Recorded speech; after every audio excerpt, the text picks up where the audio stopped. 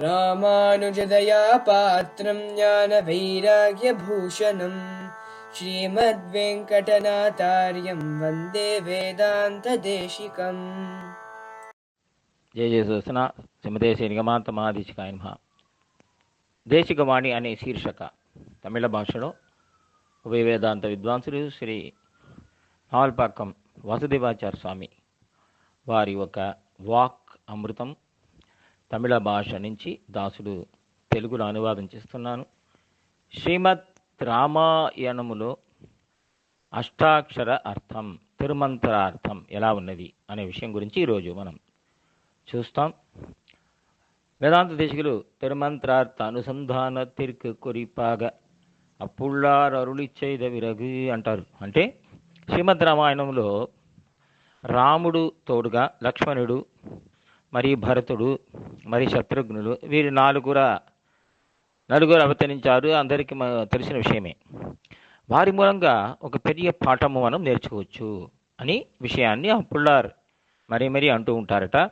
కిడాంబి అప్పుళ్ళార్ అంటే ఆత్రేయ రామానుజాచార్యులు వేదాంత దేశంలో యొక్క మాతుల స్థానం, మరి ఆచార్య స్థానం కూడా. రామాయణంలో లక్ష్మణుడి యొక్క స్థితి ఏమిటి, భరతుడు శత్రుఘ్ను వాళ్ళ ఒక స్థితి ఏమిటి, వాళ్ళ పొజిషన్ ఏమిటి చూద్దాం. లక్ష్మణుడు మనకు నేర్పే పాఠం ఏమిటి? శేషత్వం. అంటే మన అందరూ కూడా భగవంతుడికి దాసులే, శ్రీమన్నారాయణుడికే దాసులు. అయితే శేషుడో లేదా దాసుడో భగవంతున్నే, ఆ శ్రీమన్నారాయణుడే వాడు చెప్పిన విషయాన్నే పాటిస్తూ ఉంటారు ఎల్లప్పుడూ. ఆయనని వదిలిపెట్టి ధరించలేరు, ఎల్లప్పుడూ భగవంతుడితోనే ఉంటారు. ఈ ఒక తత్వాన్ని మనకు లక్ష్మణుడు తెలియజేస్తున్నారు. దీనికి ఒక అద్భుతమైన శ్లోకం రామాయణంలో. అగ్రదప్రయయౌ రామ సీతా మధ్యేసు మధ్యమ పృష్ఠదత్తు ధనుష్పాణి లక్ష్మణ అనుజగామ. దండకారణ్యంలో రాముడు, మరి సీతమ్మ తల్లి, మరి లక్ష్మణుడు, పెరుమాళ్ వీళ్ళందరూ ముగ్గురు కూడా నడిచి వెళ్ళే సమయంలో ఎలా నడిచి వెళ్ళారు, ఎలా నడుచుకున్నారు, వాళ్ళని మనం ఎలా పాటించాలి అనే విషయాన్ని ఈ శ్లోకంలో వాల్మీకి తెలియజేస్తున్నారు. మొట్టమొదటిగా రాముడు వెళ్తున్నాడు, పెరుమాళ్ వెనకాల సీతమ్మ తల్లి, తర్వాత వీళ్ళిద్దరు కూడా వెనకాల పృష్ఠంగా ఎవరు వెళ్ళారు? మన లక్ష్మణుడు వెళ్ళాడు, లక్ష్మణ అనేది ఈ శ్లోక తాత్పర్యం. దీంట్లో ఒక విశేషమైన అర్థం ఉన్నదట.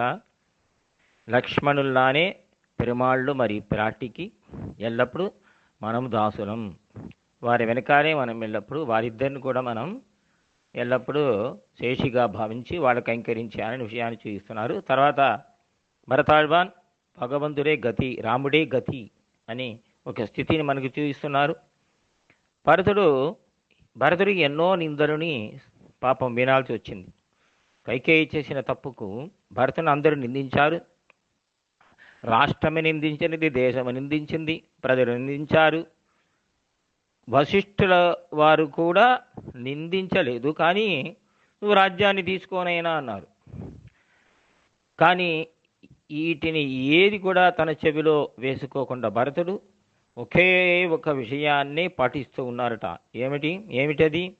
రాముడే నాకు గతి, వాడే ఉపాయము, ఎవరేమన్నా సరే అనే ఒక నిష్ఠతో ఉన్నారు. రాముడి దగ్గర వెళ్ళి నేను శరణాగతి చేస్తాను అని తీర్మానంగా ఉండే.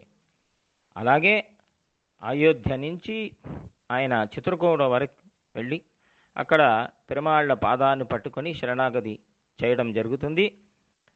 అప్పుడు ఆయన స్థితి ఎలా ఉన్నది? మనస్థితి. కొంతమంది పొగడుతారు, కొంతమంది నిందిస్తారు.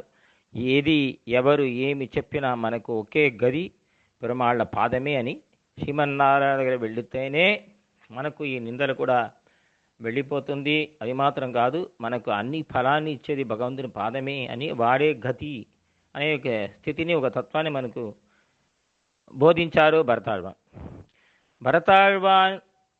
వాడు వెనకాల ఎల్లప్పుడూ నీడగా ఉండే శత్రుఘ్నాళ్వాన్ మనకు చెప్పే పాఠం ఏమిటి?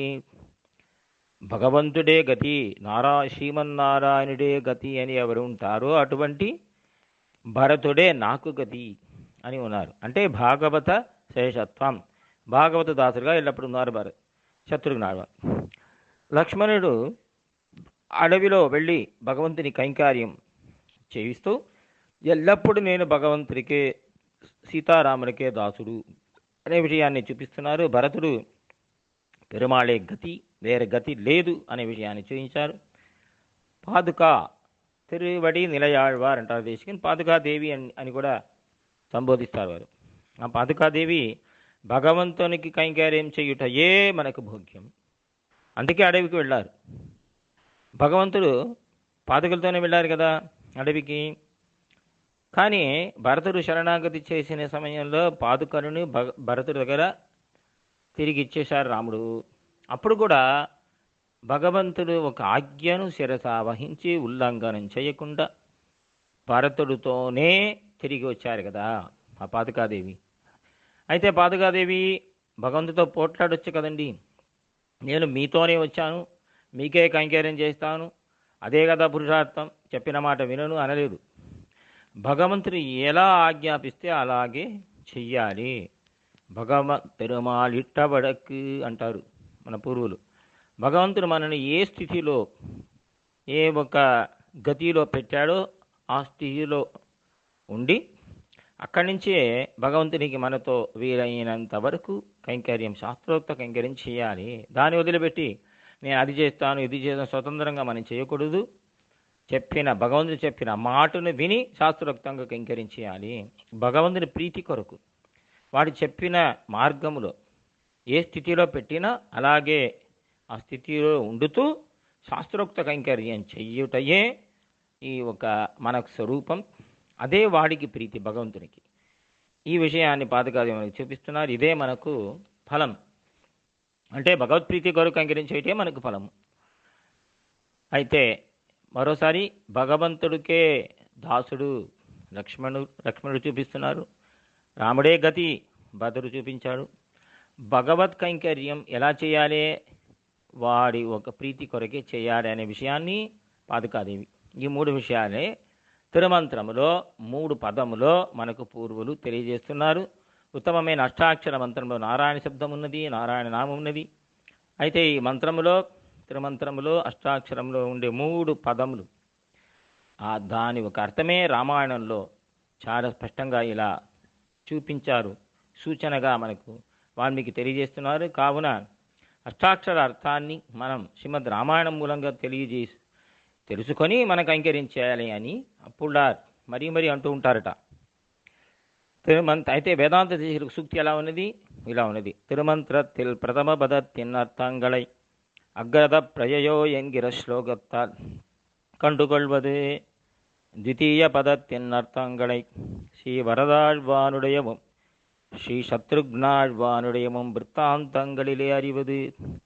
திருத்தீய பதத்தில் பிரார்த்தனீயமான சேஷிபுகந்த கைங்கர்யத்னை இளைய பெருமாளுடையவும் இவருடைய அவதார விசேஷமான திருவடி நிலைய ஆழ்வாருடையவும் பிரவృత్తిகளிலே தெளிவது.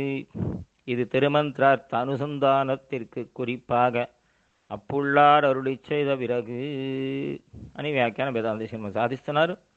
కావున 3 విషయం ముఖ్యం. శ్రీమన్నారాయణుడికే మనం దాసులం, వాడే గతి, శ్రీమన్నారాయణుడే గతి, వాడి ప్రీతి కొరకే కైంకర్యం చెయ్యాలి, శాస్త్రోక్తమైన కైంకర్యం. ఈ 3 విషయాల్ని మనం ఆచార్య ఉపదేశం మూలంగా, వేదాంత దీని అనుగ్రహం మూలంగా అష్టాక్షర మంత్రార్థాన్ని చక్కగా తెలుసుకొని అది మనసులో ధరించి అనుభవించి మన జీవితంలో అలాగే కైంకర్యం చేసి మనం భాగవత ఆచార్య కటాక్షమునకు పాత్రమవ్వాలి అనేది వేదాంత దేశికుల యొక్క ఉపదేశం. శివదేశీ నిగమాంతమాదేశికాయ నమః. కవితార్కిక సింహాయ కళ్యాణ గుణశాలినే శ్రీమతే వెంకటేశాయ వేదాంత గురవే నమః.